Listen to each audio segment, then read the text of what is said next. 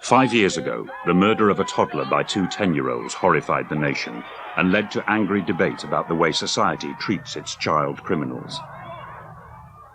Many wanted a return to the days when discipline was harsh and children who misbehaved were not tolerated. But the way we have dealt with children in serious trouble has swung from one extreme to another. You're all tense again? From harsh punishment to gentle care, and back. The struggle has always been to find a way to turn the young from crime and to put an end to the tragedy of so many wasted lives.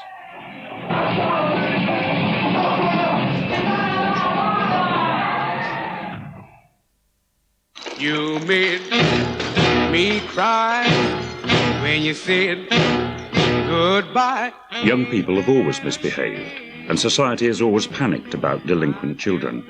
But in the years following the last war, levels of youth crime were a fraction of today's. Knifings, arson, muggings, and the high levels of petty crime we know now were undreamt of.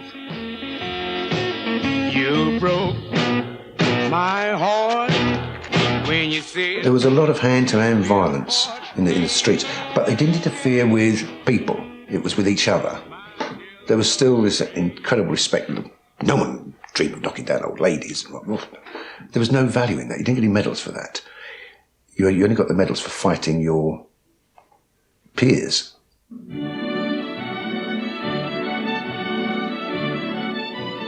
The reasons for the lack of crime in the 1950s were relatively simple.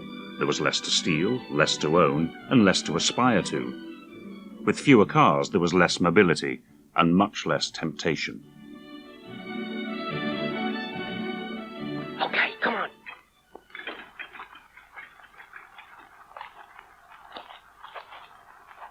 I started breaking in, getting up onto a roof. Don't forget, burglar alarms were practically unheard of, and security was nothing.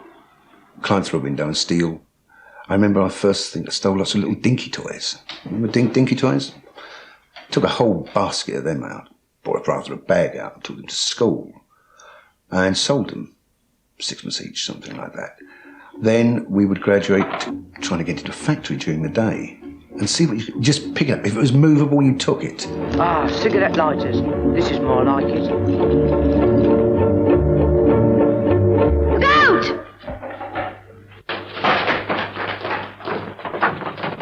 In those days, there was a much greater regard for the law and a fear of the consequences of being caught. Let me go, I haven't done nothing. The police would arrest you, take you to the police station, put you in a detention cell, which was your first experience of being banged up. The next stage was the juvenile court. I ran towards the warehouse from which I judged the sound to have come, and there saw the defendant being chased by a night watchman. The courts then had the power to send boys and girls aged from 8 to 17 to approved school, boarding schools for delinquents, and the police and magistrates acted as social workers. Children who truanted, or who they considered social misfits, could be sent to approved schools too. Don't you want to say anything? No. In school, Fred is said to be of normal intelligence, but retarded owing to his constant truancy. Isn't his father alive? Nothing is known of him. He left Mrs. Watson soon after Fred was born, and she hasn't seen him since. Nearly every kid at that age, if he was a one-parent family, the way the authorities looked at it, sort of just turned around and said, well, they're going to be a bloody nuisance. So, bang them up. Then I'm afraid we shall have to find you guilty. The average time is about a year, you're told. And at the end of the day, you know, you can spend anything up to 3 years there, and they can still get you recommitted for another 3 or 6 months after that. So you literally had no time limit. We've tried you on probation. It's been a complete failure. You leave us little alternative. You must now go to an approved school. We're sending you there for 3 years. But the amount of time that you remain there depends on how you behave. I was 8.5, right? I ended up in front of the courts, out of control of parents. And I mean, 1958, if you're out of control of parents then, there was no ifs or buts or whys. You were in front of the magistrates and they sent you here. And I was told, you're going to an approved school, Skegby, until the day you learn to behave yourself. I was there for 5 years. At their peak in the 1950s, there were around 150 approved schools with 8,000 inmates, 500 of whom were girls. The schools held the most petty offenders to the most serious young criminals. Even young killers were sent to them. In those days, the courts usually sent boys away for a term of 3 years. Your job is to get the ball back to the three-quarter. I do not want to see you peel off with the ball. Is that understood? Sprint in now, well done, come on, pull it up. Quite a large number of children who today would be nowhere near a juvenile court found themselves coming into the system.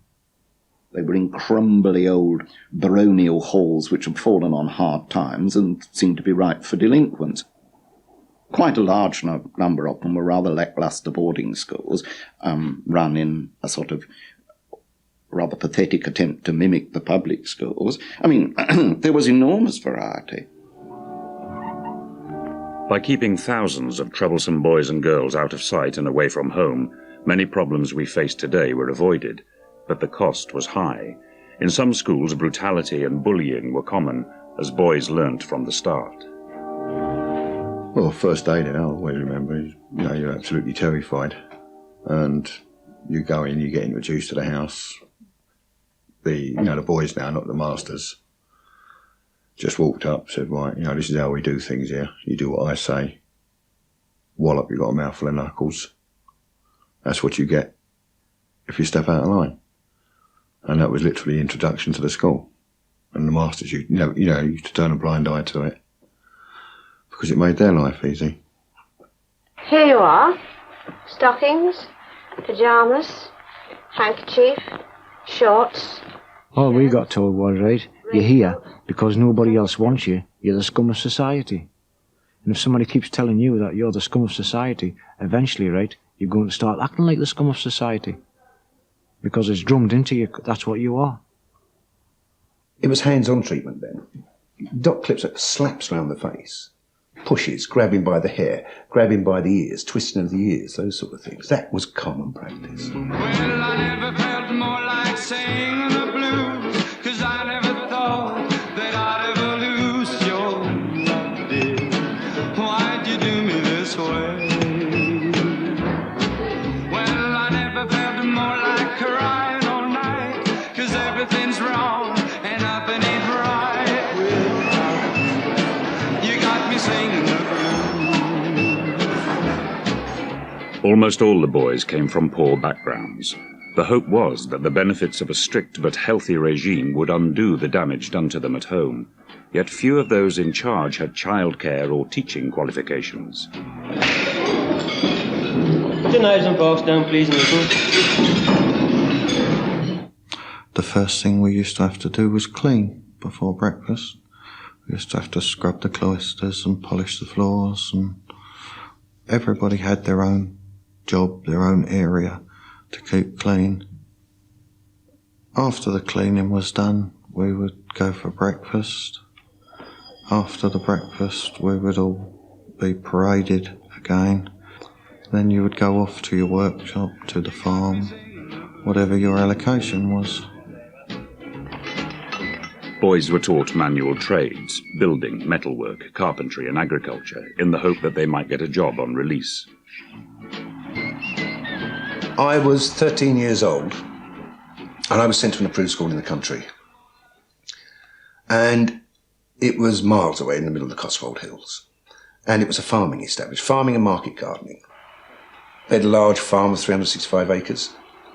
And as soon as you got there, you still left school at 14 or 15 in those days, so you put to work. And you could work 12 hours a day in the freezing bloody cold. And they worked you like an adult. I remember crying with exhaustion. Out of your pocket. Time off was spent, as in the public schools, worshipping or exercising. Discipline was always rigid. On a Sunday, we used to go to church in the morning. On the afternoon, we had to go a 14-mile walk sometimes. I was only like 8.5, 9. And when you come back, no matter if it was raining or not, when you come back, you had to polish your shoes before you got your tea, plus the instep of the sole, before the heel. You had to polish in there as well. That had to be shining the same as the top of the shoe. And that was the kind of discipline we had then. The separation of boys from their families, who were often far away, caused much suffering. Right, get your heads down now, lads. Many came from broken homes. Almost all were deprived in some way or other, but the emphasis was more on control than care. We had our fair share of maladjusted boys, boys who'd been excluded from special schools, and some of their problems were absolutely horrendous. And we never got down to them, we never understood them. Often we never even got past first base. It was an insult, really. When my little sister comes, she says hello and all that. And when she leaves, she starts to cry. So my mum says, don't worry. Come on, head down. Right, lights out, boys. Good night. Nice! You could always tell the new boys because, you know, they'd be homesick and over night time's the only time they could cry when the lights went out. So that the other boys wouldn't see them, but you knew it was a new boy. Nighttime for some of the boys was the only respite from the bullying. There was a strict hierarchy based on physical strength. There was no sort of, we're all in it together and we stick together and all that. That's total rubbish. And if someone's bigger than me and they wanted something, they'd take it. Same as if I'm bigger than somebody else, I'd take it. That's the only way you could survive in there. And you know, the young kids come in, they get bullied. And as the older kids leave and they gradually go up, they do the bullying. Someone said to me one early in the morning, "You looking forward to the fight lunchtime?" And I said, "Who's fighting?" And they said, "You are."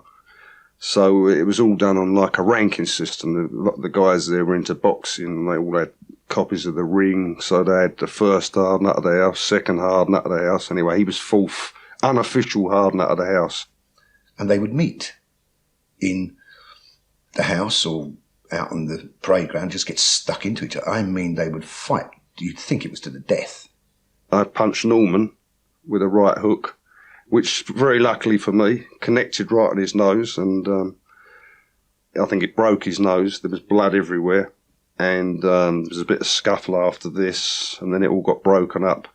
Then I found I had a retinue of hangers-on, of you, if you like, and some semblance of power in the place. Don't ever try to tame a wildcat. You just be wasting your time. Just leave me like you found me. Don't put no cage around me. Oh no, not me. Move over, tiger.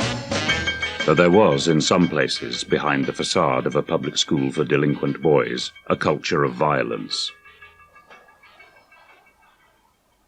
Carlton approved school in Bedfordshire. The school specialised in looking after particularly difficult boys. Events here in 1959 were an early sign that all was not well in the approved school system. Keith Stuck was 15 when he was sent to Carlton for stealing a car. You had some very, very big boys that was here, you know, weighty boys. It could be wrestlers or boxers or something like that. And but a lot of them was here because of the violence, for violence, violent crimes and things like that. Ernest Briggs was put away in Carlton for breaking and entering. He was 16 and violent. I was one of them people that couldn't argue. Yes, no, that was about it. Punch in the mouth, settles all the arguments, doesn't it? It's full of violence, the place. You smell of it all the time. The staff weren't any better than the boys there, you know, really. Most of the staff there were, you know, would punch you in the mouth, yeah, just looking at them the wrong way. Insubordination, they used to call it, but, I mean, how do you look at someone you hate? Or you got the odd lad who blamed a member of staff for thumping him, and really and truly, it was a load of rubbish. It really and truly was. We did not do that. So we did not treat the children like that. Cooped up in a remote institution, beaten frequently for minor transgressions and isolated from their families, the boys grew restless.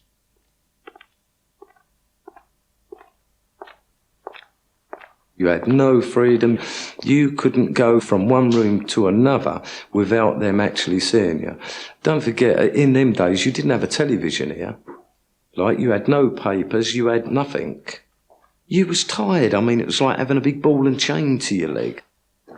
I'm not being funny or flash or anything like that, but basically, we had an axe to grind, and the axe was grind. It's on the Friday night. Start the roll call for supper. That's when we started it. Like this particular night, somebody just turned around and said, refuse your supper, pass it on. So I just passed it on. Cut it out. So he said, all stand up. So nobody stood up. So he said, sit there. So we all stood up. What he said, we done the opposite.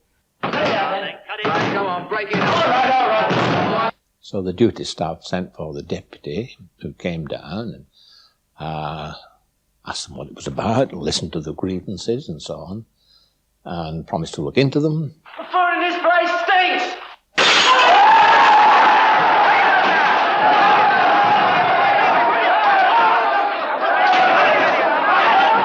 They smashed up all the windows, smashed up slates. I mean, don't forget, it wasn't in one mob, it was little mobs. Like, you know, about half a dozen different mobs. One doing this, one doing that, and all that. And the only place that never got smashed up was the swimming pool. The press boys came along and asked for directions to the school. And one of the ladies working in the village store, the post office, said, oh, you're too late, it's all finished. He said, oh, well, not to bother, we'll soon start it up again. And that's precisely what they did do.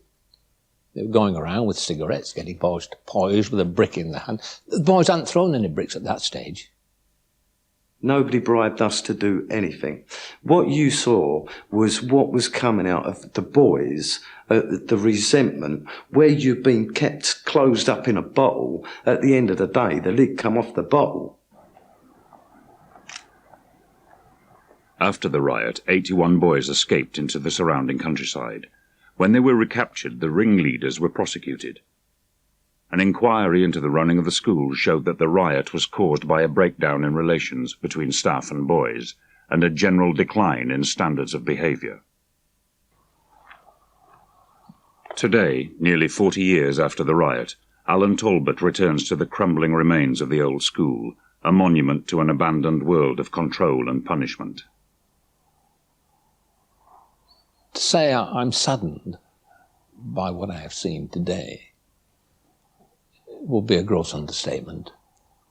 But I suppose I really shouldn't be surprised, since it is symptomatic of the decline in the standards of our modern-day society, in which the word discipline is seemingly becoming something of an obscenity. As a result of the Carlton riots, more resources and teachers were put into the approved school system, in a last-ditch effort to make them work. At some schools, a genuine effort was made to help the boys and save them from a life of crime. Well, I mean, it might not be fashionable to say so, but many of the boys did actually appreciate the not so much the care that they received in the schools or in the children's homes, but a period of rest, of tranquility, of stability, which many of them hadn't had before, and sadly, if you track them over time, weren't going to get again. Terry Cade, now a successful film stuntman, was sent to Dobroyd Castle Approved School in 1964. His case was typical: a broken home, an alcoholic stepfather who resented him, and a poor record at school. Basically, I was a juvenile delinquent. It was what's known as OPC, which was out of parents' control. I wouldn't go to school. I ran away from home, went to police looking for me every 5 minutes. I got expelled from one school, and I went to another school. I got expelled from there, and then I ended up breaking into mills and things like that, and being lookouts for people, and eventually it landed me here. It was a bit of a shock. I was very scared. I mean, I came up that drive and the thunder and lightning, and it was a really spooky night. And then when I saw the silhouette of this castle, I thought, God, what have I done, you know? And when I got into the hall here, you just walk in and you meet the masters, what have you. I think probably in 10 minutes I felt quite all right. I mean, they didn't bash you, they didn't do anything like that. They were just, they cared. You know, they wanted to know why you were here. They wanted to know what you were good at. They really did want to bring the best out in everybody, I feel, you know. Baby, I feel good from the moment I rise. Approved schools, like all institutions which care for children, depended above all on the quality of their staff. At Dobroyd, the masters were dedicated to improving the chances of the boys and giving them some measure of self-respect. John Heptinstall was in charge of physical education. What had we to offer? As many good personal experiences as possible. And I know of no better way of getting to know kids than to take them camping in the lakes. I mean, we were crazy. 3 of us would take 30 kids in the lakes and we'd take them on the tops. But such was our control. The kids never went beyond the first person and never dragged behind the last. And we were able to take large groups over all the pikes, you know. We'd think nothing of going on Helvellyn, and that's absolutely marvellous. Despite appearances, Dobroyd was a successful, even happy place. Yet most of the boys were often homesick, and many ran away. Approved schools had no fences to keep boys in, and as times changed, so did respect for the rules which required them to stay there for 3 years. But Terry Cade stayed on, and was saved from the life of crime which so many went on to. It taught me respect of the elders, you know. It taught me to think a bit more about your actions. It did teach me a lot. But, yeah, there were times that I felt like packing my bag and going, but I didn't. I stuck it out, and I'm glad I stuck it out. Forward, big, press, and back. I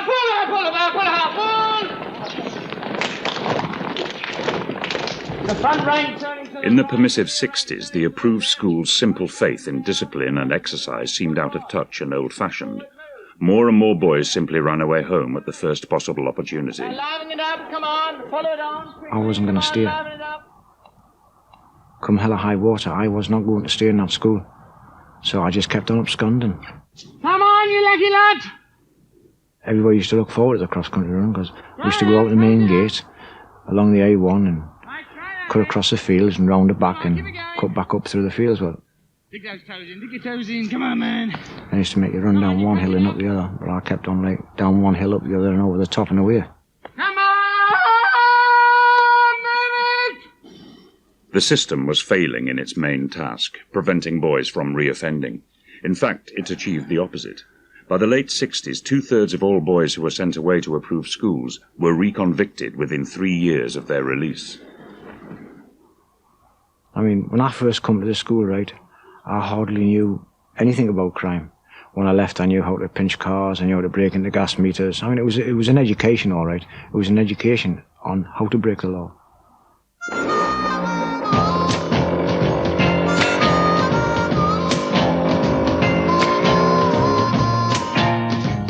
The 60s were a time of great social change. As people's wealth increased, so did crime, especially amongst the young. Drugs became widely available. Mods and rockers terrified the public and led to one of the periodic moral panics about the younger generation. It really has come to something when people can't take a short holiday without the threat of long-haired youngsters with knives indulging in an orgy of hooliganism. More than 50 were arrested in Margate, where a magistrate fined them a total of nearly £2,000. Increasing affluence was expected to lead to a fall in crime, but it had the reverse effect. The numbers of youths being found guilty of crimes doubled in 10 years. these schools were beginning to fill up at the top end with 15 and 16 and 17-year-olds who were presenting problems that reflected a very unhealthy society, a pocket of disordered human dust, such a microcosm of, in my opinion, of society in its most concentrated, distorted form.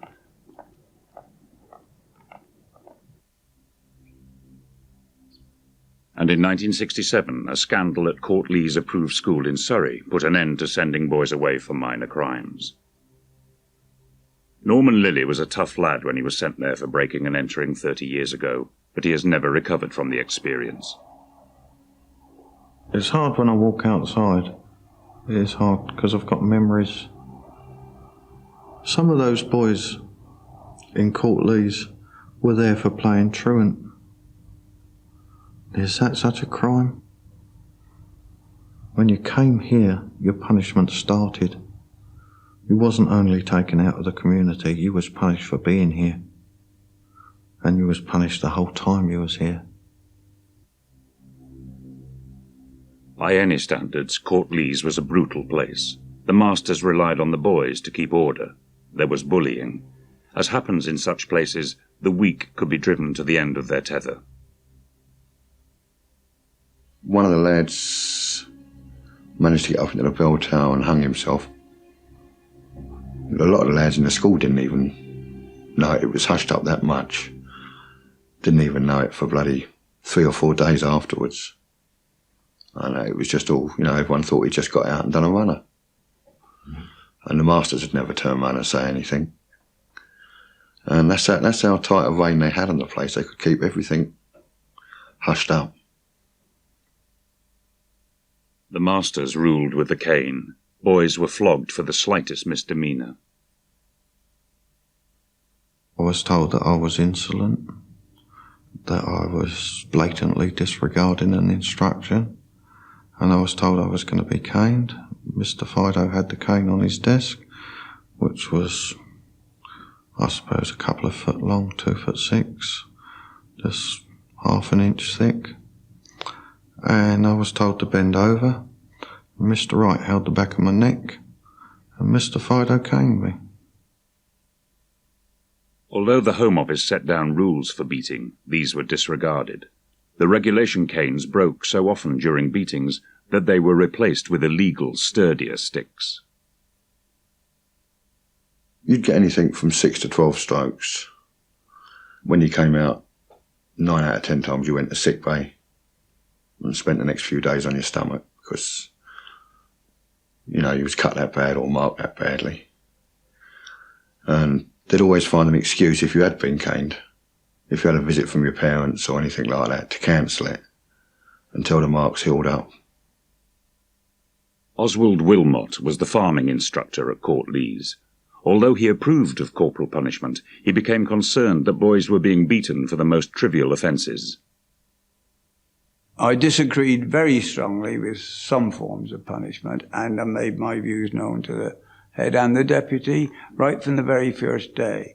And this was over a question of masturbation, it started with. And I didn't think it was right that boys should be caned for masturbation. But my views didn't count. Another master, Ivor Cook, became so alarmed that he wrote an anonymous letter to the Guardian newspaper in which he detailed the brutality. He wrote, "The school discipline is entirely negative, reinforced by a savage use of the cane that would horrify anyone not inured to it. It is not pleasant to hear a boy screaming." The letter caused such a stir that he decided to reveal his identity and go public with more details. Well, Cookie knew what was going on. He could see it for himself. He could see the boys being punished. He could tell by the way they couldn't sit down in class the next day that they'd been caned. His answer was to photograph it, to photograph the brutality, the bruising on the boys, on their backs and buttocks and legs, and the degree of the punishment. and who produced these photographs as evidence. The photos, published in the Sunday Times, caused a storm. A surgeon who looked at them said he would have called the police if he had seen similar wounds in the course of his work. An inquiry was established, and Ivor Cook became the focus of media attention. A searchlight into dark places can never do anything but good. And in this case, supposing I hadn't raised this matter, then it would still go on, and it might have been going on in this way for the next 20 years. Court Lees was shut immediately the official inquiry confirmed the details of Ivor Cook's evidence. Its closure led to the end of the approved school system. Well, it affected all approved schools, and in fact, just after the Court Lees inquiry, of course, there were several other schools who were named as breaking Home Office rules on a parallel basis. But good schools and bad were all lumped together, and virtually the baby was thrown out with the bathwater. Anything good was just lost.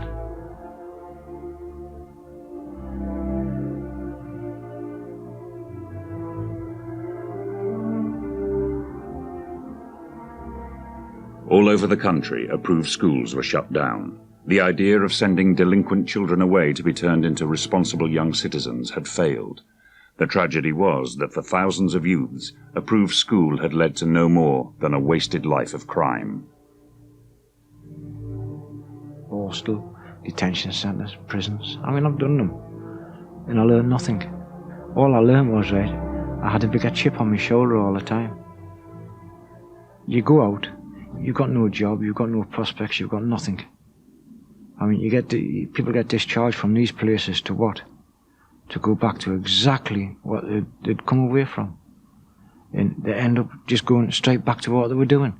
Because 9 times out of 10, right, it's a way of life. It's a way of life from wherever they've come. And they know no different. I don't want to drink my whiskey like you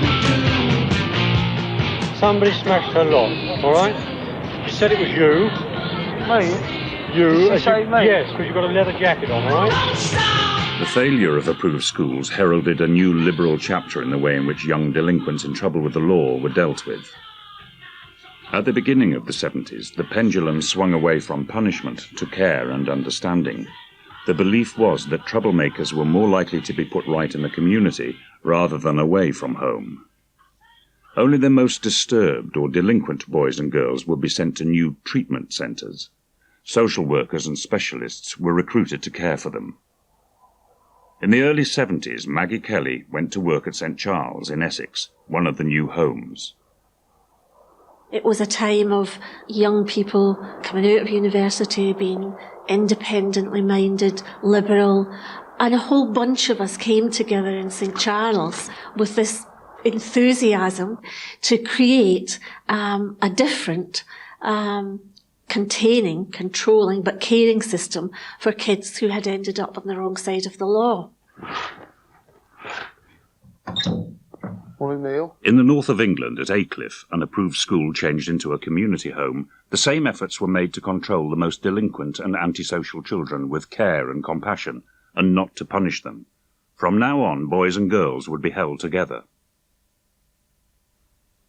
In the new spirit of optimism, in 1977, the cameras were invited in to see how it was done. Come on, Johnny! Right, and Derek, off we go, lads. Come on. The idea was that delinquency was an illness that could be treated, but there were many difficulties. The system was set up too quickly and without enough funds, and many of the new and idealistic graduates, like Tony McCaffrey, had never even worked with children before. Let's make it all hand-to-hand next week, because hand-to-hand's much better. I didn't know my arse from my elbow. It was a complete shock. No, you stay with the rest of us, Eddie. I turned up on that first day at Aycliffe to begin to work, and I had no qualifications, no experience, nothing at all that would enable me to begin to do this incredibly difficult job with these almost impossible young people. Now, Tony, look, you're just going to hurt yourself if you don't stop it. Can I get us some No, stop it. What's the matter with you? They've fucking been picking on me all day. Who's picking on you? Every bastard. I can still remember the feel, the sense of aggression in the atmosphere, the constant aggro all the time, the hostility that was latent but often flaring up between the staff and the kids. Who's picking on your leg? Go away. You for one. I'm gonna go away. Just go away. You for one. At St Charles Youth Treatment Centre in Essex, many of the children rebelled against the idea that they might be helped by a caring approach. I went up to this youngster's room and found this youngster sitting on her bed. She had hacked off all her hair with a pair of scissors and smashed her glasses and cut up her clothes. And she was basically sort of sitting on the bed sort of saying, "Okay, you're going to cure me, so cure me." Sit down now. Denise Simpson's background was typical of those most troubled young people who were sent away for treatment. Denise was described by one of her carers as one of the most disturbed and difficult children she had come across, and that there was nothing that could mend her to any real degree. I'd been suspended from my comprehensive school. I don't really know whether it's a sort of revenge thing. A bit of it might have been, but I did, after being suspended, I returned to the school. I did break in and I set a fire in one of the classrooms, and I was taken to court for that just after my 13th birthday, and I got a full care order. And then that's when social services took over looking after me. In 1978, when Denise was 14, she was sent to St Charles Youth Treatment Centre. I just remember being picked up with my social worker and a police escort and everything and taken to St Charles. And we drove into the grounds and I just saw this building with a metal bar across the windows, and I reckon I must have been there for about a week before I realised that some of the other children were there for murder and things like that. And I thought it was a joke. I thought that was just being said to make me frightened. I really didn't believe it at all. St Charles specialised in group therapy as a way of making young people face up to their criminal conduct. The hope was that by openly talking about their problems, youngsters could learn to care about themselves and others. Denise Simpson always resisted the treatment. If I asked too many questions or didn't follow the rules, it'd be like carted off upstairs to be put in the secure room or to be observed. And I wasn't the sort of person to say, okay, yeah, that's fine, you can just lock me up for a week. I'd say, no, I'm not going. And the other children that came in about the same time as me, we'd all stick together. There's about 5 or 6 of us that stuck together, which I don't think they'd had before, and they couldn't cope with it. So if the staff came to try and take me upstairs, and the others would stick up for me, and sometimes it would end up with fights and things like that. All too often, the professionals who wanted to treat and cure delinquent adolescents ended up having to use methods similar to those of the discredited approved schools. There were about 140 things that we call critical incidents, which were abscondings or severe damage being done, violence between staff and children having to be taken protesting, carried to their rooms or sedated, or both. So the life at St Charles, I think it's actually hard to communicate what it was like. It was actually very, very demanding. David Martin, a young psychologist, found himself using powerful drugs to pacify the most difficult boys and girls. I was helping to physically contain, with 2 or 3 other people, a 15-year-old girl who was behaving very aggressively, uncontrollably, with great strength. And she had to be sedated, and so 2 or 3 of us found ourselves in the, not good position of her being sedated with intramuscular Largactil injections and carried off, less than fully conscious. I just thought, sod it, and barricaded myself in the room. And then a few hours later, the staff were at the door with axes and everything to batter the door down, rushed in the room, and gave me an injection of Largactil. and dragged me off to the secure room. As the experiment continued, respect for the staff declined, and they were subject to constant verbal attack.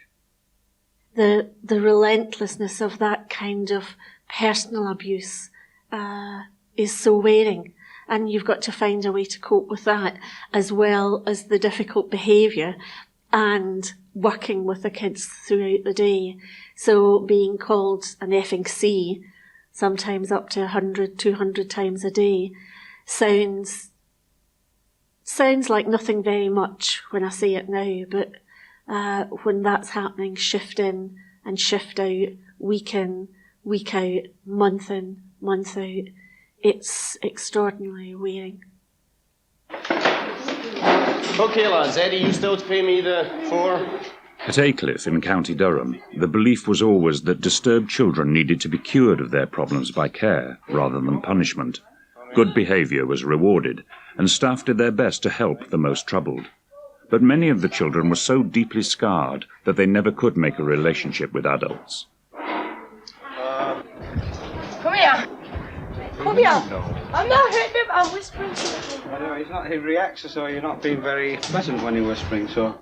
It was as if there were two worlds grinding along in parallel. There was the staff world and the kids' world. Our picture of the kids was that they were dangerous, out to get us, that they would tear us apart if we let them.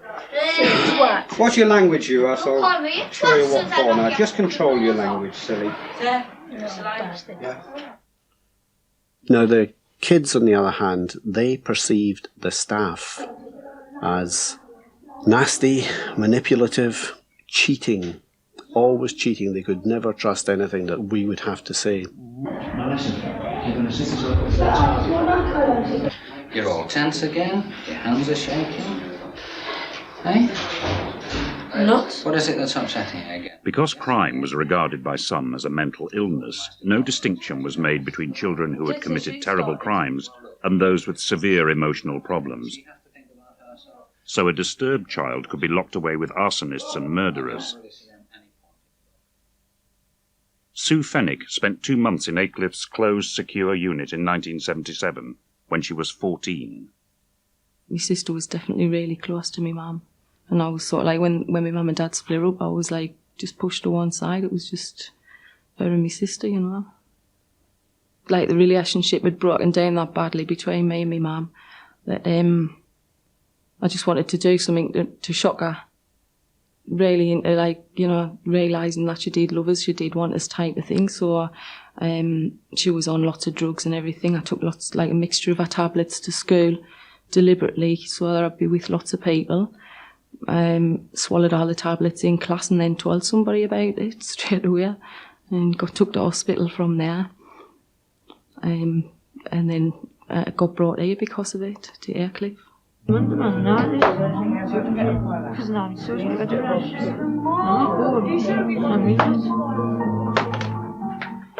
I got into the secure unit with the rest of them, I was absolutely terrified because they were like really violent and that, most of the people that were in there.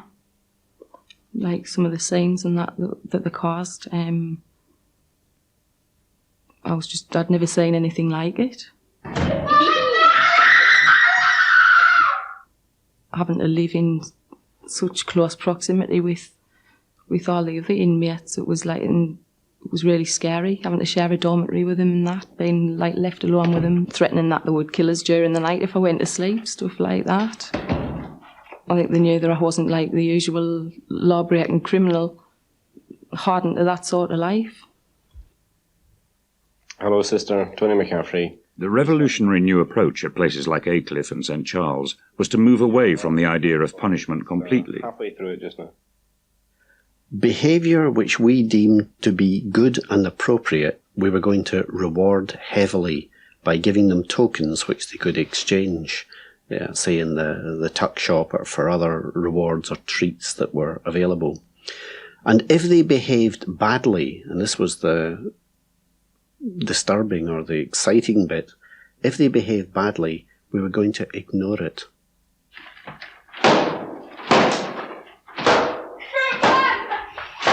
one of the kids who was prone to doing this kind of thing, he had a temper tantrum, a very violent temper tantrum, and he was throwing chairs about and started smashing windows.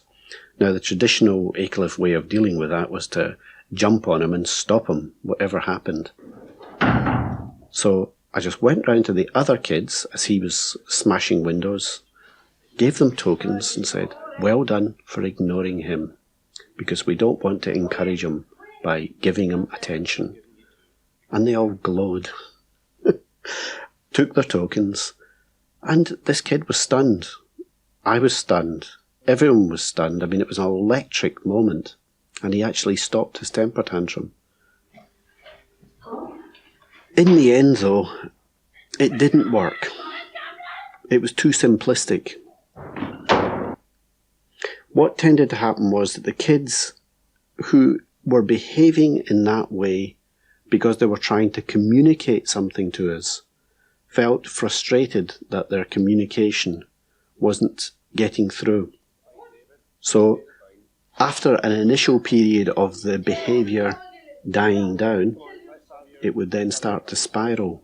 Yeah, you big Come on, David, let's have your fine. The experiment in controlling children with rewards was largely abandoned. For many, the fashionable theories of the 60s and 70s were as ineffective as the approved schools which had gone before. Many of the staff who had started with such hopes left, disillusioned. I was glad to be going. I certainly felt that I had taken my share of punishment in working with and caring for these kids. Walking down the avenue on that last day, it was the death of a dream. We became jaded, disappointed, and left, and the work that we done petered out into this shut up, empty institution.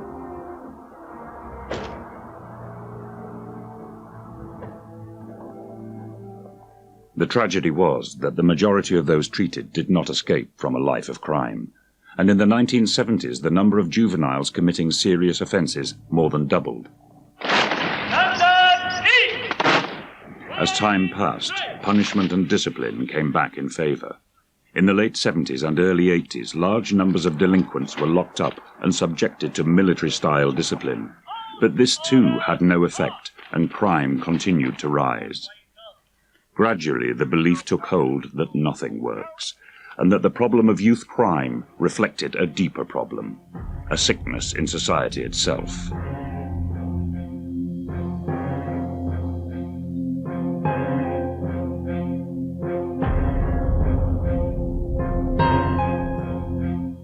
The final part of the series is next Tuesday at the later time of 10:30 here on BBC One, and it's followed by a debate on crime and young people chaired by David Dimbleby.